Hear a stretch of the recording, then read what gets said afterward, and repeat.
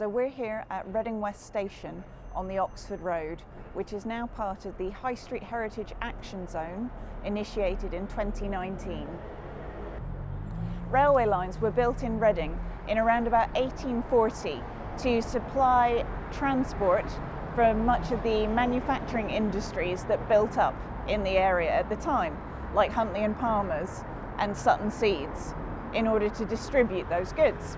At the same time, Reading West Station was also built, and a line went through Berks and Hants directly to Reading Station. Reading West Station wasn't opened until 1906. Since then, it's changed rather dramatically. An original brick arch bridge was demolished and replaced with the bridge that currently exists, a steel girder bridge carrying trains directly to Reading Station. I was born and bred on the Oxford Road, just the stone's throw away Beresford Road, just around the corner. I've created a couple of businesses. I created one business networking hub on the Oxford Road, and I'm currently a graphic designer and freelance print manager. So, both supply services to the Oxford Road. The future of Oxford Road, what I would like to see, and it's kind of happening now, are the businesses and the local community really trying to forge something together.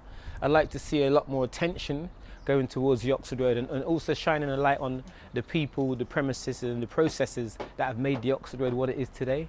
A lot of the businesses were struggling. A lot of the business owners were families. As they grew into business and the business got older, a lot of the youngsters in those families didn't want to take up the job within the business. So for me, it's about offering some form of support, some form of advice hub where businesses can come to find out what's happening in their community, where they can go to get advice and support to take their business to that next level. Growing up as a youngster, as a child in the Oxford Road, everyone knows it was, especially as a child from a ethnic minority family, a black kid, if we stop tiptoeing around it, it was hard, it was tough, and our families, or a lot of the families that moved into the area, they were working class. They formed a community with that working class tightness.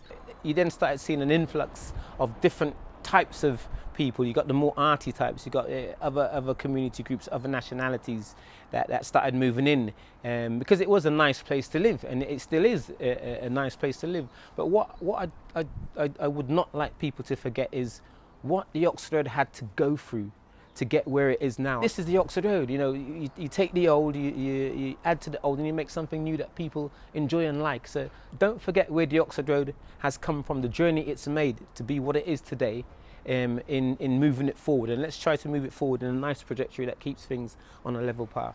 If there's a message that I'd like to give to the children of the Oxford Road, it's believe in yourself, firstly.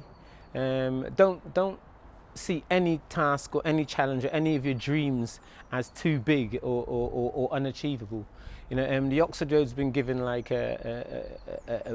had a bad name attached to it for a number of years. And myself, I come from what society would class as a broken home.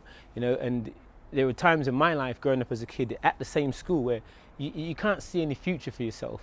But what I managed to do was believe in myself, dig deep, and really push at the things that I wanted to achieve. And for me, this is home. There are times where we've gone through good times, we've gone through bad times. You've had tearful moments in Alton. Once you got back to West Reading Bridge, you knew you were home.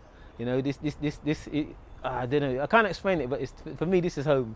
Even now, as a grown man with kids, when I drive under West Reading Bridge, it just gives me a sense of belonging.